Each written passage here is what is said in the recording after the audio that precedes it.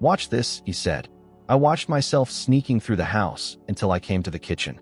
I'd somehow believed that I'd been stealthy and ninja-like, but the video showed that at least 8 people had seen me sneaking through the house. None of them had cared. In short, I had escaped mostly because I wasn't being held prisoner. Then I remembered that he had given me the key. The girl in the kitchen had helped me escape because she wanted my room. W make more money than cooks, a lot more. At that moment, I realized that the elephants had it over me in terms of intelligence. Perhaps the elephants don't break free, not because they don't know that they can, but because they know they're better off. "I want my room back," I said quickly. "Can't do it," he said. "I've been working on something lately, and it came through for me. You have to have noticed that most of my customers have gotten used to you, right?" I nodded. I didn't have nearly as many customers as before. "The draw for unusual women is still there waiting to be tapped," he said. "But you're not unusual anymore. I got 2 Asians and a Russian woman from a pipeline in New York. I have a deal with them where they willingly work for me for a year, then they get to go to America. All I have to do is drop them off inside of the border, and we're good. They know what they're coming here for, so they won't be a pain in the ass like you were. It's a win-slash-win situation." "But what about me?" I asked. He handed me my wallet and ID and held the door open for me. "Let me give you a bit of advice before you leave," he said. "You know which way to walk now, right? It's the opposite direction from where you went before. Be careful because there aren't any signs. Stay near the road, but not on it. There aren't any towns between us and the border. Most of the people in town here work for the M growers, so they're very suspicious. You're lucky to be alive. If a truck or car passes you, you're going to be and maybe killed, so avoid traffic. The temperatures can be over 100 degrees in the daytime, so I'd probably walk at night." I left the house and dragged my feet every step of the way. Hecking elephants, I thought as I headed for the road. I hadn't gone very far when a car pulled over and 2 men jumped out of it. I was in another room, and this time there were other women being on other beds in the same room. No one said anything to me.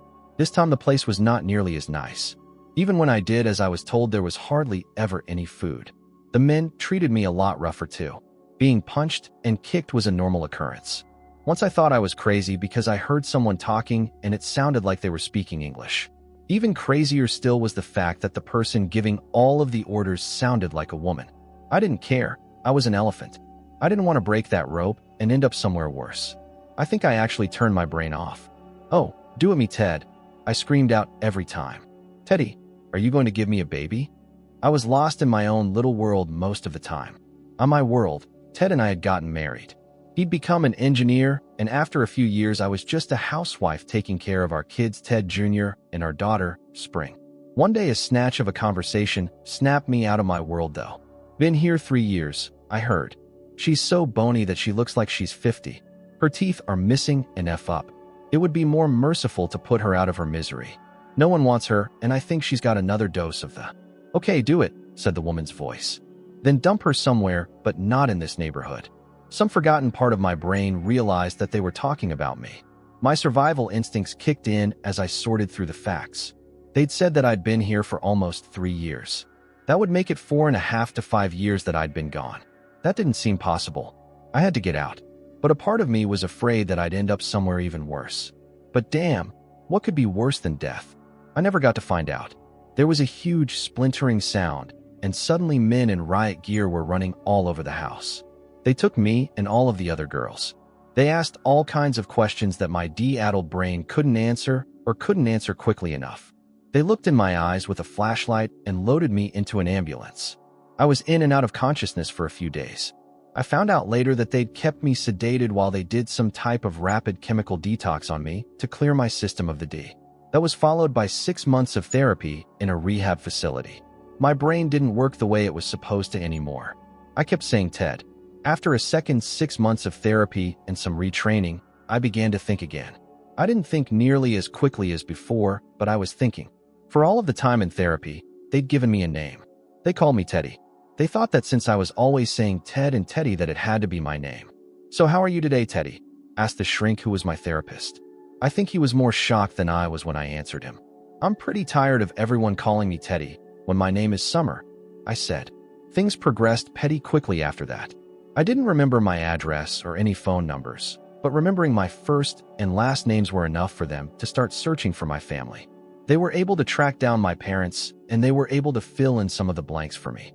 The second W house, though it had been brutal, was responsible for saving me. I hadn't been in Mexico. For the last 3 years, I'd been in Texas. I'd been saved in a raid that had shut the house down. As soon as I was able to function normally or close to it, my parents would take me home. As of yet, my parents didn't know anything about my ordeal. Over the next few weeks, we slowly bridged the gaps between us, and they learned what had happened to me. Then they came to Texas for a visit. It was strange seeing them for the first time. They seemed to have grown happier during the time that I'd been gone. I later found out that it wasn't that they were happier, just that they'd grown closer together from their shared grief over losing me. I also noticed that there were certain topics that they wouldn't discuss with me. I was sure that my shrink was controlling what I could learn and what I couldn't. As a matter of fact, I'd noticed in therapy that my therapists, all of them, never allowed discussions on. I think that they thought that since I'd been forced to have it almost daily for 5 years or more, talking about it might set back some of or all of the work they'd done to repair my tenuous emotional and mental stability. Not only did we not discuss things, we didn't talk about relationships or love either. But I was dying to tell my parents to have Ted call me. A big shock for me was seeing myself. I was still as tall as ever, but I was even thinner, and I walked kind of hunched over. The long, beautiful black hair that I remember Ted running his fingers through and pulling while he made love to me was long gone. In its place was a short, dull, lifeless, boyish cut mane of thinning hair. My nose looked different. The doctor told me that it had been broken and never set properly. There was also a small scar on my left jawline. My hands trembled sometimes when I reached for things. I was told I had a limited amount of nerve damage.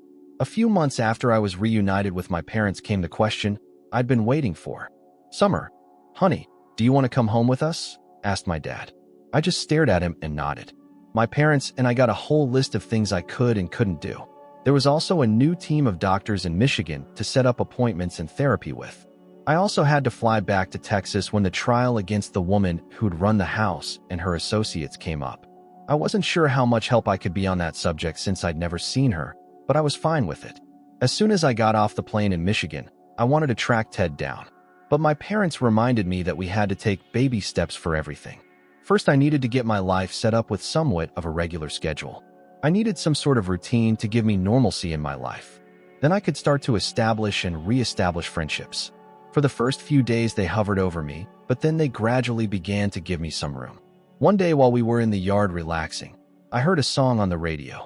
It was one of those 80s bands made up of 2 sisters, Ann and Nancy Wilson. The band was called Heart. The song was called Who Will You Run To? The words cut me to the quick because they were the exact words that Ted had used when I told him I was breaking up with him. The song and Ted had been right on the money. I'd been a fool. I'd found a new world and I'd thought I'd wanted to taste it. I had realized that my new world had been based on being D. And when that new world had fallen apart, I'd had no one to run to. I had chased away the person who loved me the most. I needed to see Ted badly. I wanted to see what his life was like. And I hoped that we could get back together. I knew that my parents were purposefully avoiding the whole subject of Ted, so I knew I'd have to do it on my own. But I got lucky. I'd run into a few of my old friends from school, and although none of them knew where Ted lived, most of them were sure that he still lived in the area. Then I heard about something that I knew Ted couldn't miss. There was a big car rally coming up that weekend. Ted had loved his car second only to me. That Mustang had been his pride and joy. I was sure that he'd want to show it off. That Saturday, I dressed in some jeans that weren't too terrible looking and a t-shirt. I told my mom that I was going out for a walk. I didn't actually lie. I did walk to the bus stop. And from there I took a bus to the car show. Once I got down there, it was like being in a totally different world. There were all kinds of beautiful custom cars all over everywhere. People spoke a different language there. It was festooned with terms like horsepower and torque. Then I heard a voice calling my name, tentatively. "Summer, is that you?" she asked. A chunky woman with glasses, walking next to a fat guy with a receding hairline, was looking at me strangely. "It's me, Beth," she said. "You look different," I said. "2 kids and too many cookies will do that to you," she laughed. Strangely enough, the man next to her patted her on the ass. "You're still the most beautiful woman I know," he said. "I love every single pound of you." It seemed really weird, but he meant it. "You've changed too," she said. "Yeah, I went through some stuff," I said. "Beth, do you have any idea of what happened to Ted?" I asked. "Please tell me that he didn't marry Lisa." "Summer, Lisa died in a car wreck about a year after you left, she said. And I haven't heard much about Ted, except that he's the head of engineering for some car company. He lives in a huge house out in the boonies. Honey, are you talking about Ted Grant? Asked her husband. He's going to be here, but he'll be about 3 blocks over with the Mustang Club. This is all Chevy stuff. Can we go over there? I asked. They both shrugged and nodded. We walked the 3 blocks and made conversation as we did. I didn't say too much about my experiences, partly because I didn't want to shock them. But I also kept it to myself because I wanted to put my bad choices and the results of them behind me and concentrate on my future. We saw a lot of beautiful Ford cars and trucks, and we're talking about some of them when we heard the sound. You could feel the sound as much as hear it. It was a loud, low growl that was almost a constant rumble. As we looked down the street in the direction of the sound, we saw them. There must have been 40 or 50 Mustangs from different years in a line. They all pulled into one huge reserved parking lot. That's where he'll probably be, said Beth's husband, whose name I didn't know. It was awkward because she called him honey. I didn't think that I should. I think I saw her first. She was parking a red Mustang convertible, and there was a spot next to her. A guy tried to pull into the spot, and she waved him off. That spot is reserved, she yelled. She looked familiar to me. She was short, and the years had been kind to her. She had kind of a glow about her. She pulled a tiny young girl, who could have been her clone, out of the Mustang. She started to polish the car, while the little girl stayed right next to her mother. I was sad when I thought about that. My reproductive organs had been damaged to the point where it was unlikely that I'd ever have children. Do you remember her? Asked Beth. That's Melissa Winters. Ted took up with her after you left. She's really hot, said Beth's husband.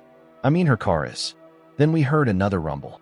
Even from across the street, I noticed that both Melissa and her child snapped their heads in the direction of the sound. Daddy, said the little girl, and her mother's already glowing face gained even more luminescence. It's a strange world when a girl who was probably 4 or 5 can recognize her father by his exhaust note.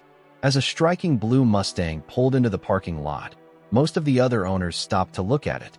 Holy shit, said Beth's husband. He let out a whistle. That's a Boss 302 Lacuna Seca. His eyes looked like they were about to pop out of his head. Should we buy one? Or do you just want to go and jay off over that one? Asked Beth. She was still pissed over hearing her husband say that Melissa was hot. Do we have $55,000 and 2 years on a waiting list? He asked. Oh wait, since they aren't going to make any more of them after this year, we'd still be out of luck. If we had $55,000, we'd probably live in a better house, said Beth. And we certainly wouldn't. I could tell that the two of them were about to go for each other's throat when the door opened and a man got out of the car. It was Ted. He'd grown a little bit of a mustache, but other than that he hadn't seemingly aged at all. He walked with a confidence that he'd never had with me. He opened his arms, and Melissa flowed into them. It was evident that the two of them belonged together. I don't see how anything could ever separate them, but the little girl tried. Her daddy, the man I loved, scooped her up in one arm even as he kissed her mother. As I watched, the two of them helped each other wipe down their cars. They talked to others in the parking lot too. They were obviously in some kind Mustang group. They were never very far from each other, and even when near each other, they touched. I remembered the way Ted used to try to hold my hand at every turn. And it wasn't about or ownership. It was about love. They clearly adored each other and their child. As far as Ted and I, that ship had sailed, and I was the one who'd pulled up the anchor. I felt a tear roll down my cheek, but I had no one to blame except myself. I loved Ted still. Just thinking about him and our time together had gotten me through the worst ordeal that anyone could ever face. Maybe he hadn't come to my rescue in a physical sense, but in my mind he'd been the one I'd run to when it all fell down. My fantasies of him had been the thing that picked my world up off of the ground, and I was grateful for that. Ted had found his own new world, and it seemed to be just what he needed. With Beth and her honey arguing in the background, I crossed the street. As I approached them, the love and happiness they projected was almost palpable. Ted, I said softly. He looked up towards me with a smile curling on his lips. Hi, he began. I realized that I'd changed a lot over the nearly 7 years since we'd seen each other. I'd been beaten down by my experiences. Ted hadn't changed much at all because he'd been lifted by his. As close as we'd once been, he didn't recognize me at first. But even as recognition flared in his memory, Melissa crossed between us. It's the beanpole, she said. Summer, he gushed. Melissa was wearing flats. They made her 4'11" height even less impressive. Most men would be dazzled by her rack, though she kept it covered up and an ass that I'd kill for. But although she was giving up nearly a foot in height to me, she was not about to back down. The look in her eyes told me everything. It said, "He was yours once, B, but he's mine now, and I'll fight for him." I decided to take the high road. I stuck out my hand to her. "Melissa, right?" I asked. "It's summer. I'm back in town, for a while at least, while I sort out my life. My God, you have a beautiful little girl." It took everything I had not break down and cry in front of her. And I think something passed between us. As she shook my hand, I think she knew that I envied her and that I understood her. She had every right to fight for the life she had and her family. Shit I would have. I wanted to be her. I could have been her. I should have been her. If I hadn't F up, I would have been her. So I think she understood that she owed a lot of what she had to my bad choices. She'd simply been smart enough to capitalize on my mistake. And so she in turn joined me on the high road. "Summer, while you're here, you should come out to the house so you two can catch up," she said. "Maybe you'll end up staying." "Would you like a beer?" she asked. She went and came back with 2 of them. She gestured for me to sit down in one of their lounge chairs that they had behind their cars. As Ted popped the top off of the other beer, I spoke. "Melissa, aren't you going to have one?" She smiled and shook her head. "I can't right now," she said. "You're the first person we've told, but he did it to me again. I'm pregnant. Things didn't exactly work out the way I wanted, but life is a journey. No one makes all of the right choices every time. All I can do is try to make sure that I make the best choices possible in the future." Melissa and Ted are friends of mine now. I recently moved into an apartment and am living alone for the first time in my life. I've started to date a bit. It's still hard finding those taller guys, but I'm not often lonely. I have a job, not a great one, but it pays the bills and I have plenty of friends. I also do a lot of babysitting for Mel and Ted. They actually named their second daughter, Spring. I think me telling them about the dream I had while I was in the second house had something to do with that. A funny thing is that recently a water pipe burst in my apartment and shot water all over everywhere. I didn't know what to do, so I called Ted. "I'm sorry, Ted," I said, dripping wet, when he got there. I didn't know who else to call. "I'm the one you're supposed to call," he smiled. "We are friends, remember?" "Yep. Ted's still the one I run to when it all falls down. At least he will be until I find my next great love. And he picks my world up off of the ground. The only thing is he brings his wife and kids with him.